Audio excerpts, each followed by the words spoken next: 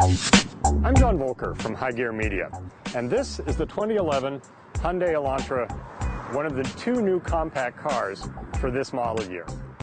The other one, which we road tested a couple of weeks ago, is the 2011 Chevrolet Cruze, of which we tested the Eco highest fuel efficiency model.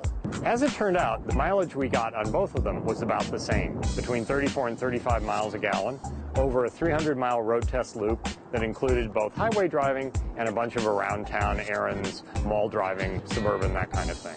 The Elantra and the Cruze Eco have a couple of things in common. Number one, they're both fairly capacious for the size of car they are, compact. Although you can say there's been some bracket creep, a compact car of today is more like a mid-sized car from 15 years ago. But both the Cruze and the Elantra had a lot of interior room. The Elantra in particular, because when I had the front seat adjusted, I'm 6 feet tall, to fit me comfortably driving, I was able to get into the rear seat. I had plenty of headroom, and my knees were far from touching the back of the driver's seat. The Cruze is also fairly large inside. Another similarity, they both have two-tone interiors. This one is standard on this Elantra. On the Cruze, it's part of an upmarket trim, but it is available. And we think two-tone interiors add a touch of style and a much nicer feel to the interior of a compact car. One area they differ, though, is in styling. As you can see, the Elantra is pretty expressive. It's a distinctive design, it's very flowing, it looks fluid and aerodynamic, and it got a lot of looks from people in cars passing by during our road test. The Cruze, on the other hand, is a much more traditional compact sedan.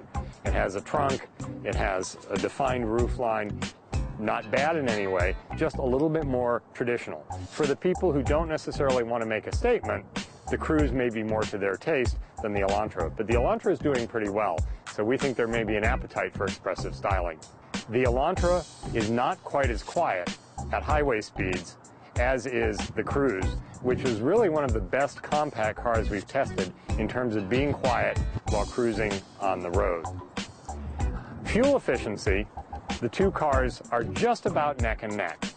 We both got 34.2 miles a gallon here, 34.4 miles a gallon on the Cruze Eco, just about the same, both of them over a 300-mile test, mixed highway and around town. So the question becomes value for money. The Cruze Eco that we tested, which had a few options and features that the Elantra here doesn't have, including GM's OnStar system, stickered at $19,800, including destination. This Elantra, on the other hand, stickers at $16,800, which is a $3,000 difference. We think that people cross-shopping the two may view the Elantra as slightly better bang for their buck when buying a car.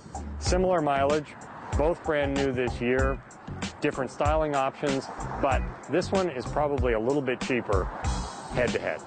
We suspect that the Elantra is going to be a powerful competitor in the compact segment.